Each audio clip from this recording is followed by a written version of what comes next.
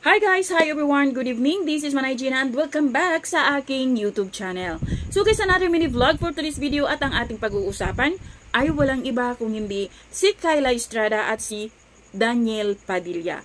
Kasi guys, alam naman natin na usap-usapan ngayon at talagang kumbaga ito yung talk of the town ngayon. Kasi nga nagulantang ang lahat sa sinabi ni OG Diaz sa kanyang showbiz updates na si Kyla at si Daniel is magkarelasyon na, magjowa na sila.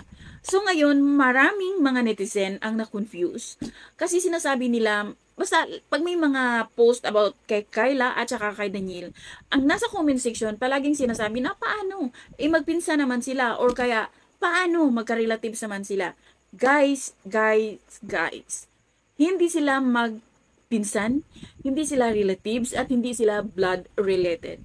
Guys, si Kyla Estrada talaga yung kanyang family name. Kasi nga yung tatay niya, si John.